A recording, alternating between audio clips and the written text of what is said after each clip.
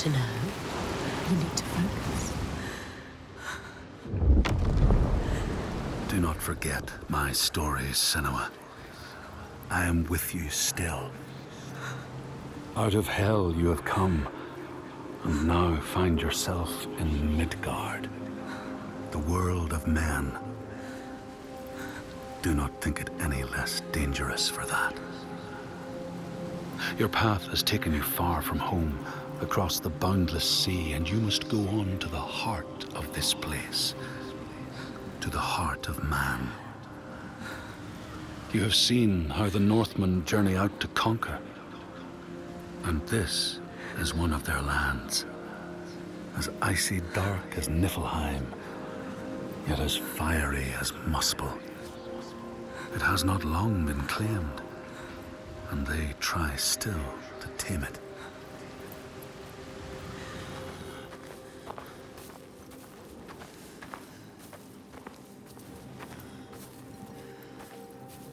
You seriously think you will survive here?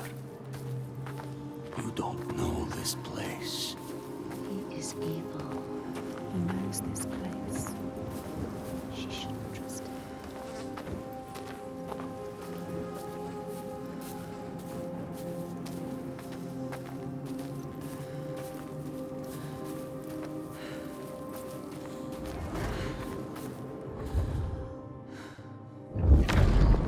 The Skald's verse speaks of a man called Grettir the Strong.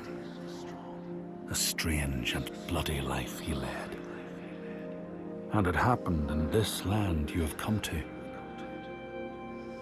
Listen to his story, Senua, for it may in some small way illuminate your own.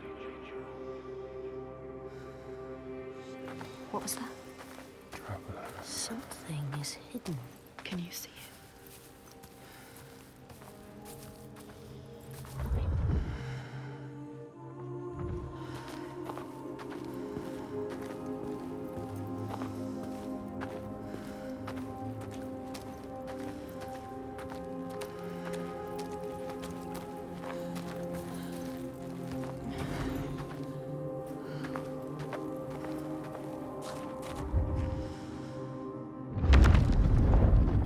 Say that in Grettir's time, a nearby farm was plagued by hauntings. A shepherd called Glamour was killed by some evil force, found dead in the snow, bloated and black.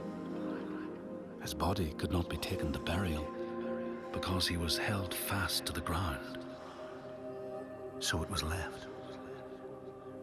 3 days after his death, the body was missing.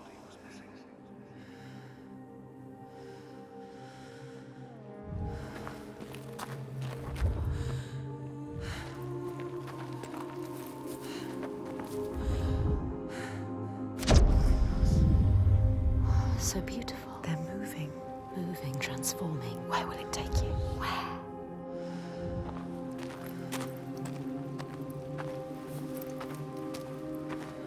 Look, life. Focus, Senua.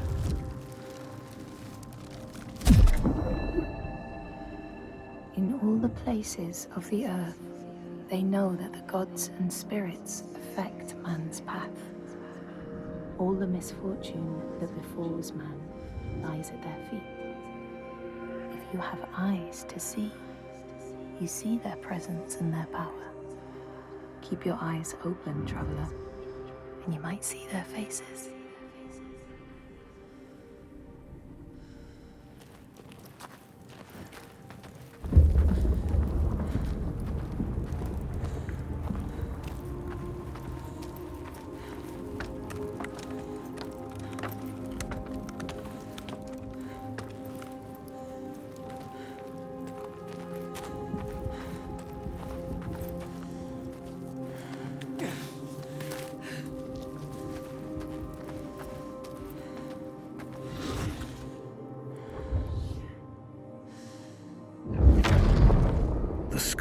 Tell how the revenant Glamour roamed the settlements, terrifying all those who lived there. Each one he killed, in turn, rose to walk beside him.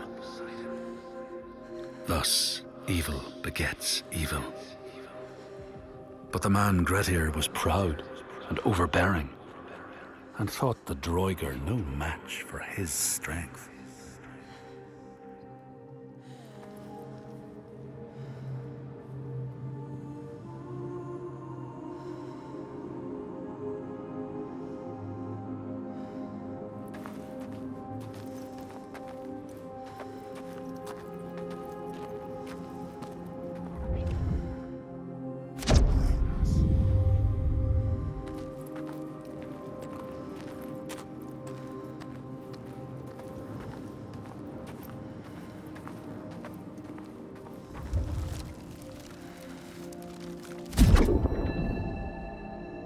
Here, they once said that Loki lies imprisoned in a cave, trapped by his enemies, who set a serpent above to drip venom on his face. His wife, Sigyn, sits beside to catch the venom in a bowl, but when she must leave to empty it, the poison falls unabated.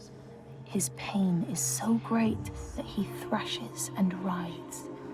And here above, we see the earth shake and break apart. If we go with him, she will find us. We will find her. Maybe you can find her, Senua.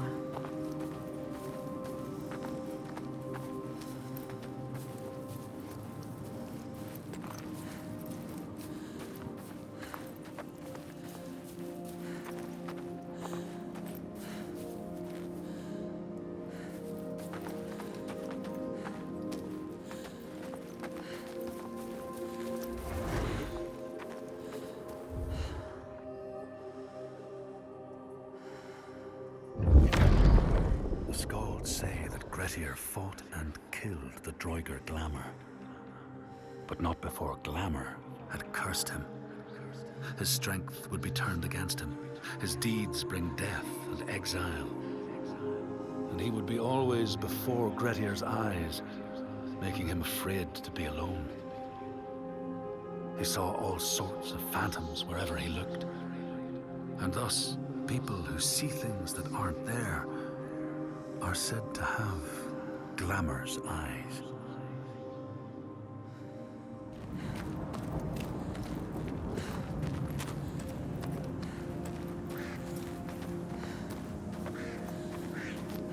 Look, can you see them, Senua? Cracks. Cracks in the ground. The land is broken. Iltoiga made them. She did this. The giants they hunt at night. The sun. It's going down. She's coming.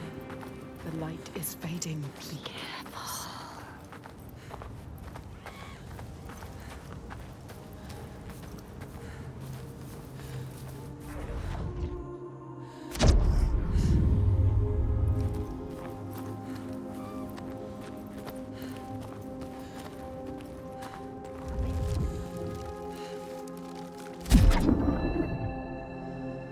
Across the sea, they know that the earth is carried in the arms of a giant. When he is vexed or injured, he may not carry his burden so gently, and the world will feel his anger and pain.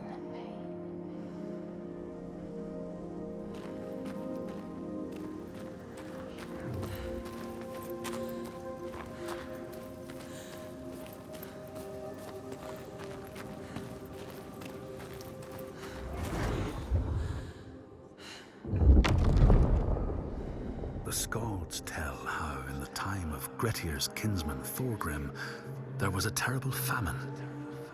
No crops could be grown, and the fish fled the nets. It lasted years, and the people were desperate. There was no respite even in spring, since terrible gales from the north would rise up and set in for weeks. This is a cold and unforgiving land, Senua. And there are children here. People too weak to run. We're trapped. Night on night, our numbers fall. He is asking you to help. No, he isn't. They need you. They are dead if they don't fight back.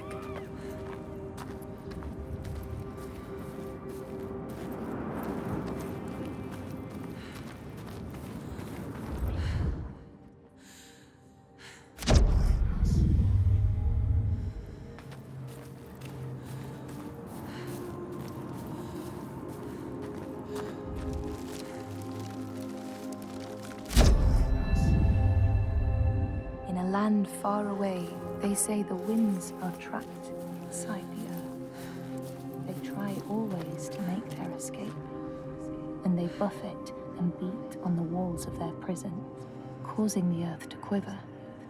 And when they break through, they make their escape. They explode out in fury.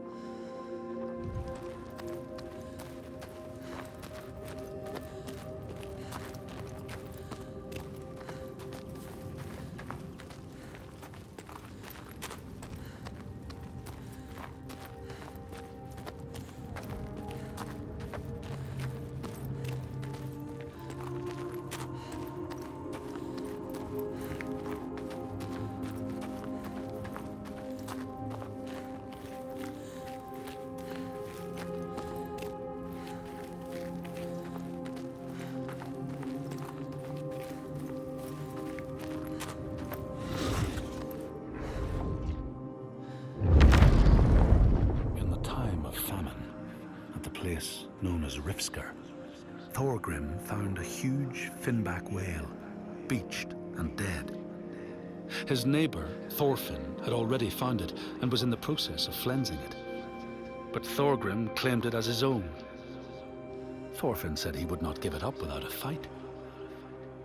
If that's what you want, Thorgrim said, let it be so.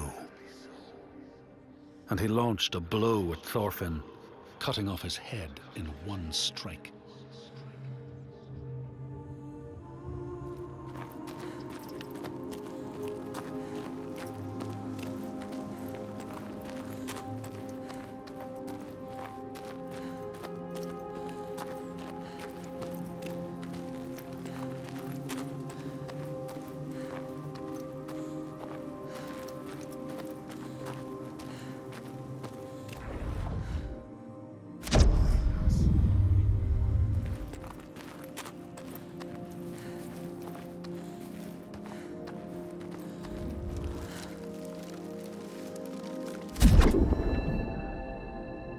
In the lands of your birth, people live hidden too, in the hills and stones.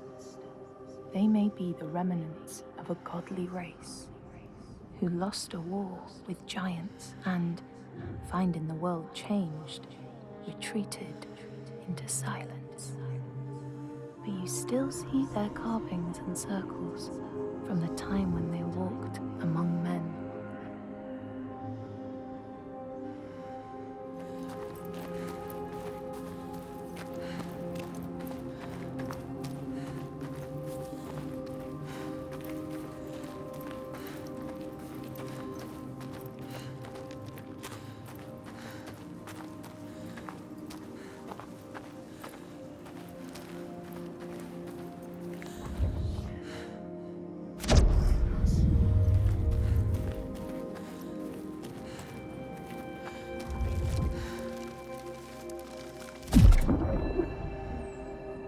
Here, they know that if times are harsh, you may ask of the Hiddenfolk to share their bounty. And if you are strong and wise and good, they may hear your plea and send you aid. But if you are not, or if you do not respect the strictures they lay down, you might have your strife doubled.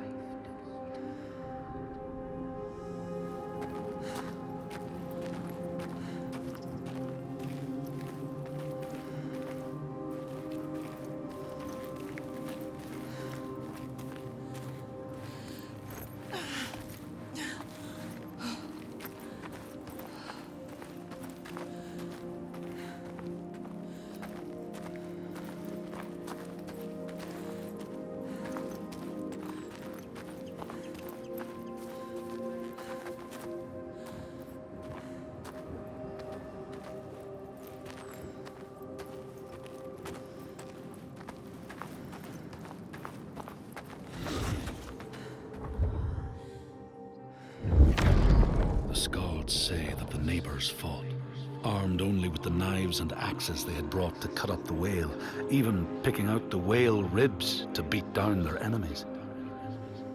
Thorgrim's men had loaded their boats with whale meat, but as they went to leave, one of their opponents struck Thorgrim's brother a fatal blow. And this is how hunger fates desperate men to come to blows, striking out against one another to survive.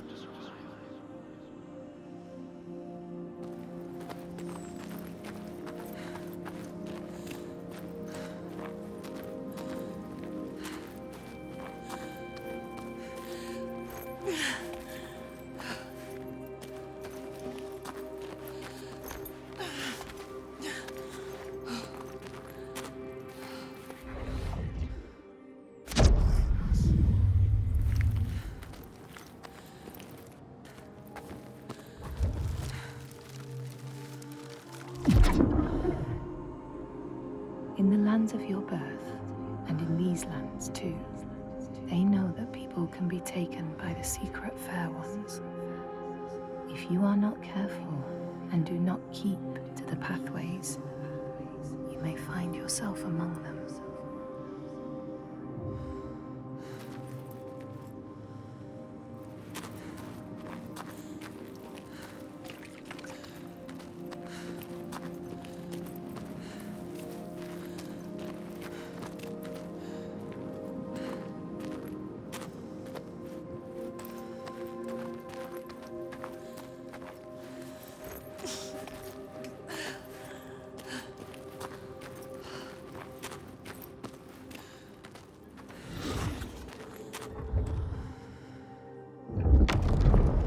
Skalds speak of the time Grettir, traveling with some others, ran into rough weather and docked their boat on an island. They had not brought fire with them, and the merchants complained bitterly. Seeing a great fire blazing on the other side of the strait, Grettir said he would swim over to fetch it. He took off his clothes and struck out across the water, wearing nothing but a cloak.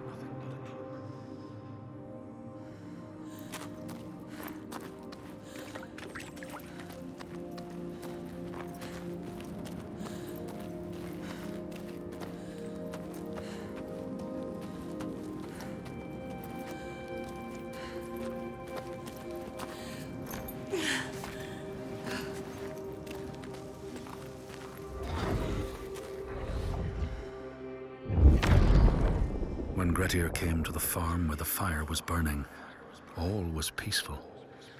By the time he reached them, his cloak was frozen stiff, and he looked like nothing more than some huge troll.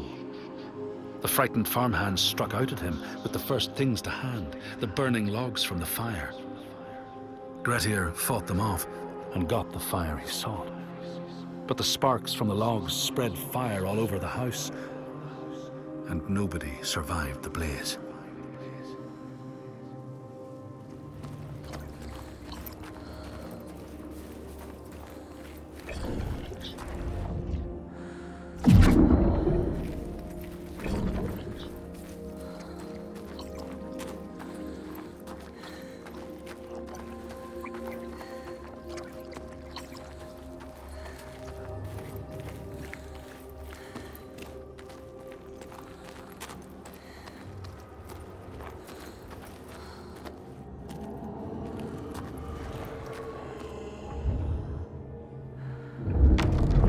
The Skalds say that Grettir swam back across the strait, keeping the fire safe from the water. His friends applauded Grettir's bravery, but when word spread about the massacre at the farm, people took against Grettir.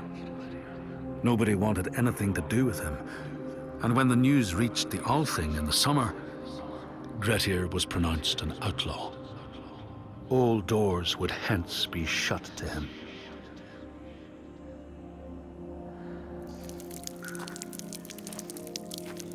Where are we going, Senua? I have a bad feeling about this. I don't like this.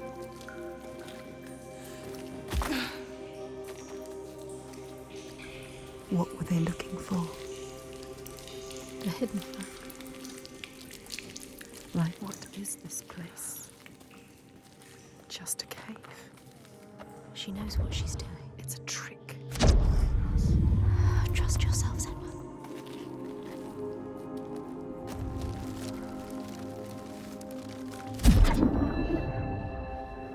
In a land to the east, they know that when a traveler finds themselves lost, it is the fault of the Vadadaj, who wait at the crossroads to trick souls passing by. The only remedy is to let your horse lead you home, because beasts have no souls. But if you have no horse, your soul is lost forever.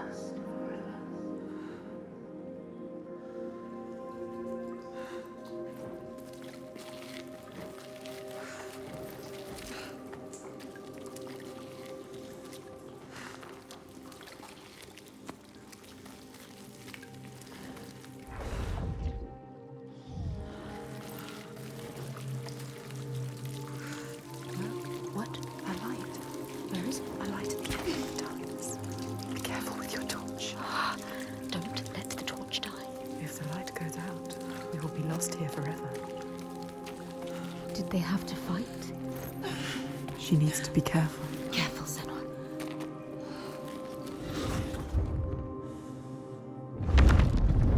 The Skalds speak of how Grettir, now an outlaw, took rest on the island of Haramsoy with a man called Audun. Grettir saw a great yellow glow like a fire rising from the ground. Audun told him it was coming from the burial mound of Kar the Old, who ever since he died had haunted the island, and warned him to stay away. Light there.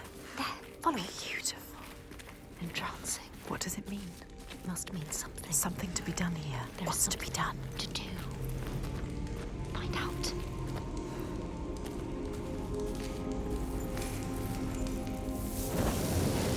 Yes, she found a way. Sometimes things hide in the darkness. Sometimes they hide in the light.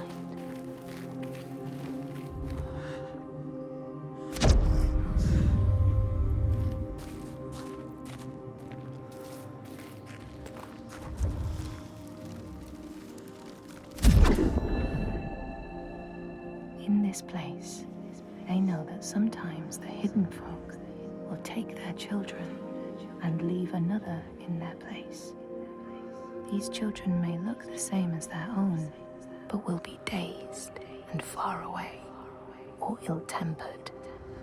And you know then you have a changeling in your house.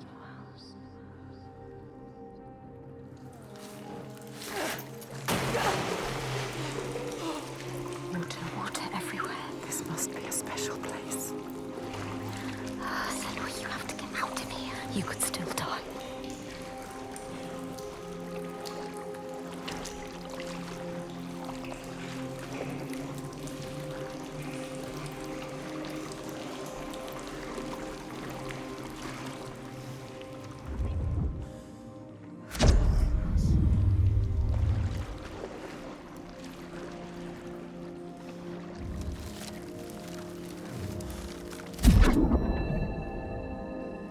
In this land, when people cannot raise their children, they will leave them in a sacred place for the Hiddenfolk to take and care for. Sometimes, these children come back, but it is said that they are changed, with a wildness in their eyes, and their parents do not want them.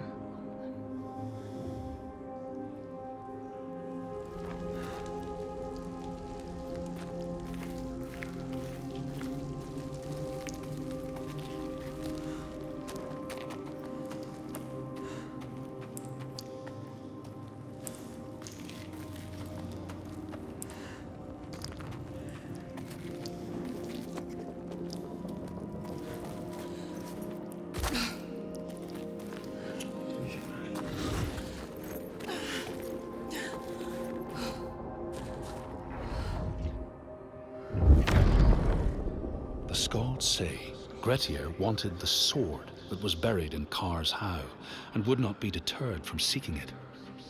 He broke the mound open and started digging until he reached the timber props. By this time it was night.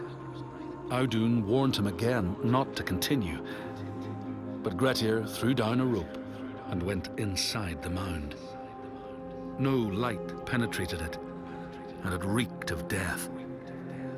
But he persisted in exploring.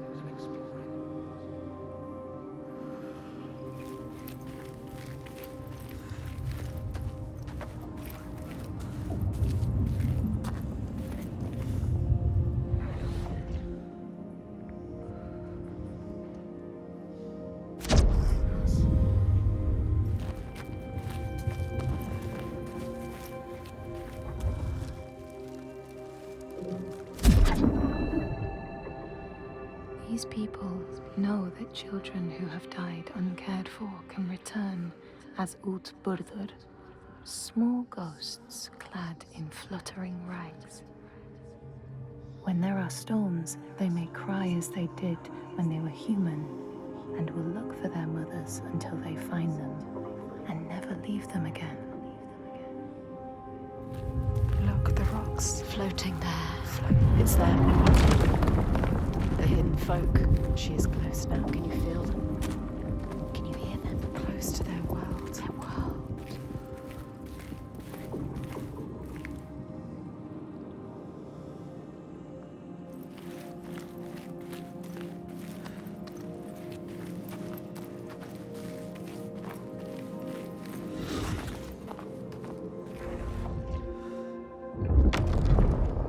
Grettir found the sword he was seeking, Kar's loom, buried in the grave mound.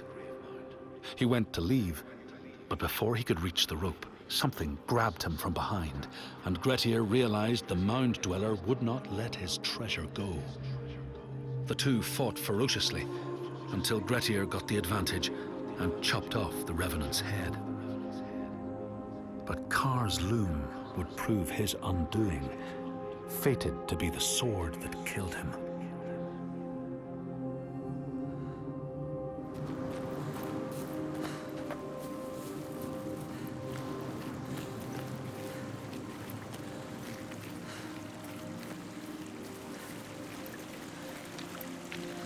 We know it. You can feel it. We can feel it. She knows. This is right. Life and light and war. You were always meant to come here. This was always part. You may catch sight of the Landfall, Destined to be here. spirits who embody the sacred places, the rivers and rocks. Do you see the Lady of the Mountain? The Fjak Kunan, who bathes in the waterfall and lets the drops fall on her shoulders.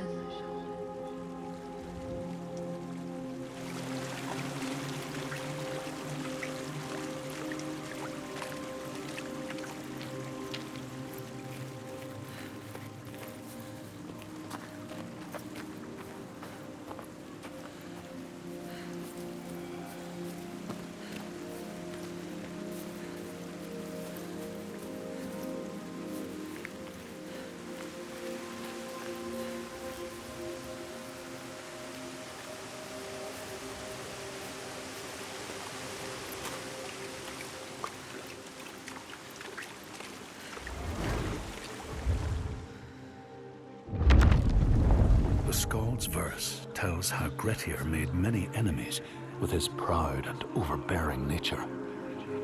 Always quick to anger, his strength and fighting prowess meant that even the most trivial of quarrels met a fatal end. The kinsmen of those he killed or maimed were angry, and because he was an outlaw, no one was allowed to help him. You were taken by the Björg, and yet you come here with Þorgestur. He wants to stop the giants too. We want the same thing now. To stop the giants.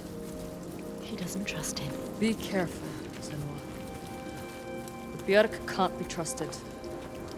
They demand food from us, and if we don't give it, they take us as sacrifice.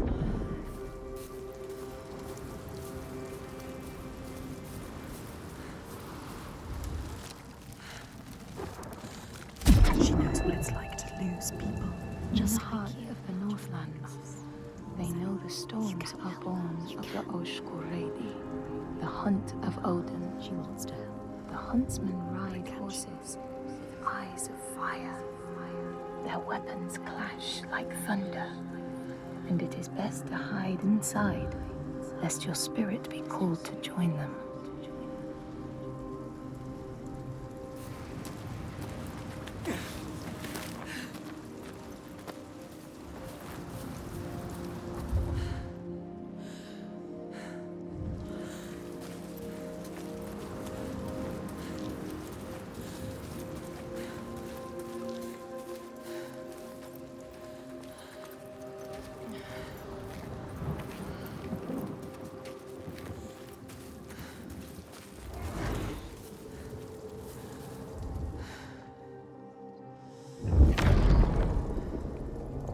The outlaw Grettir fled to the island of Draugar.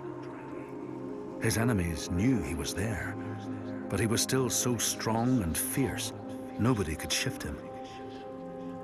Thorbjorn, first among his foe, sent his foster mother to see Grettir.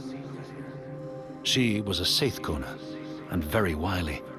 She enchanted a tree branch and sent it to wash up on Draugar. Grettir tried to cut it up for firewood, but his axe flew back and struck him in the leg. The wound blackened and festered, and Grettir feared his time was close.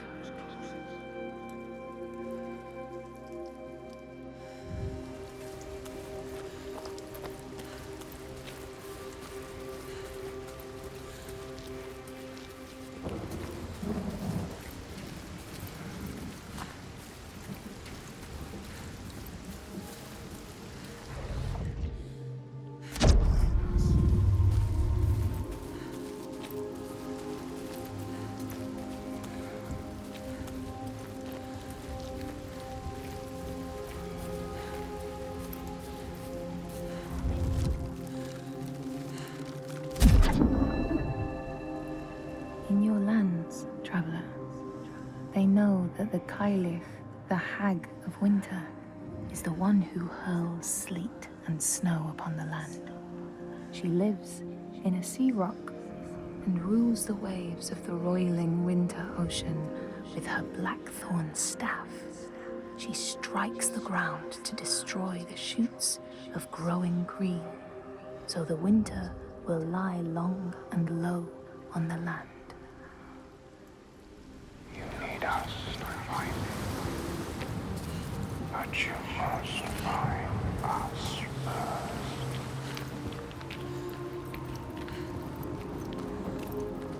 Keep looking.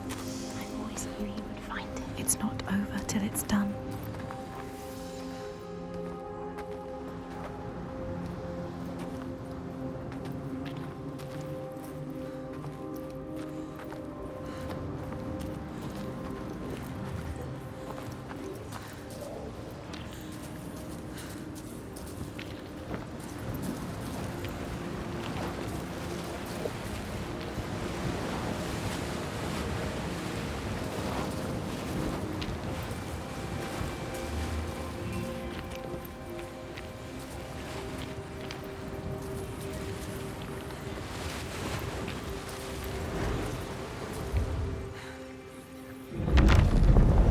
The Skalds say Grettir, wounded by Seidr, was now so weak it was possible for his enemies to defeat him.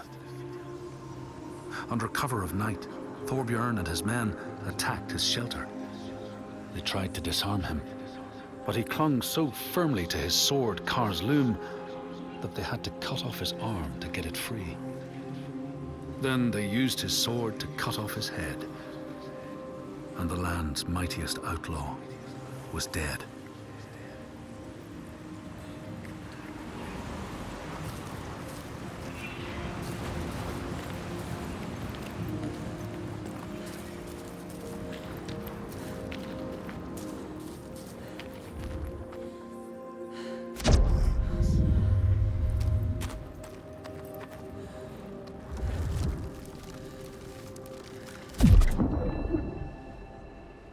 These people know that the sea god, Ran, sets out nets to trap sailors and drag them to her world.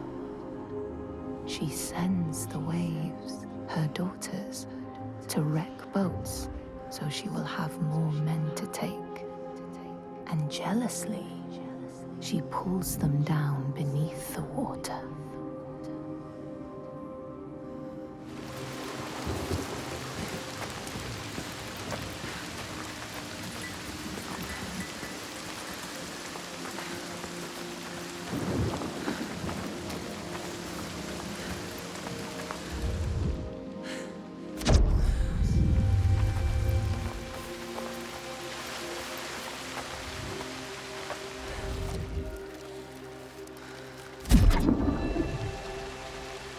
People here speak of warriors who can transform themselves into bears when they are enraged.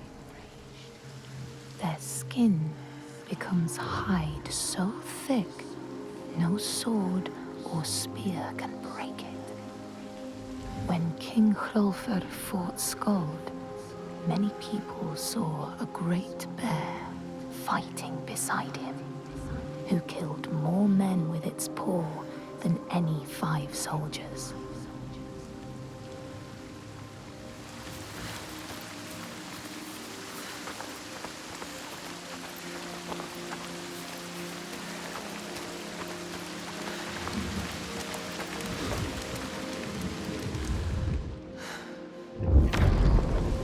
As the Draugar glamour had predicted, all Grettir's brave and fine deeds brought him misery.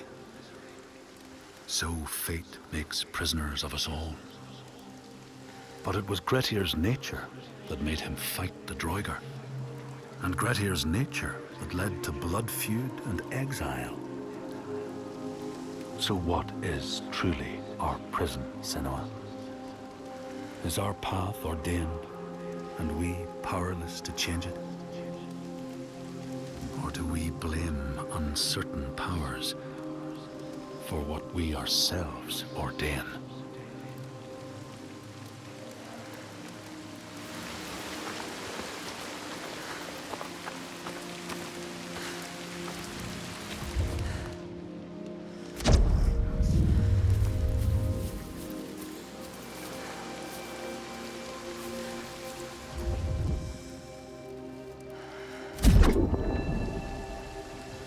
Men here will tell of how Jarl Hakon worshipped the giant Þorgerða and sought her aid in the middle of battle when the tide was turning against him. Fleeing to an island, he pleaded with her for aid. She demanded a sacrifice. She rejected all of his offerings until he, at last, killed his own son in sacrifice. Þorgerða gave aid, and Hakon's enemies saw the giants striding amongst the ships, arrows flying from every finger and never missing their mark. Their morale was sapped, and Hakon won his battle.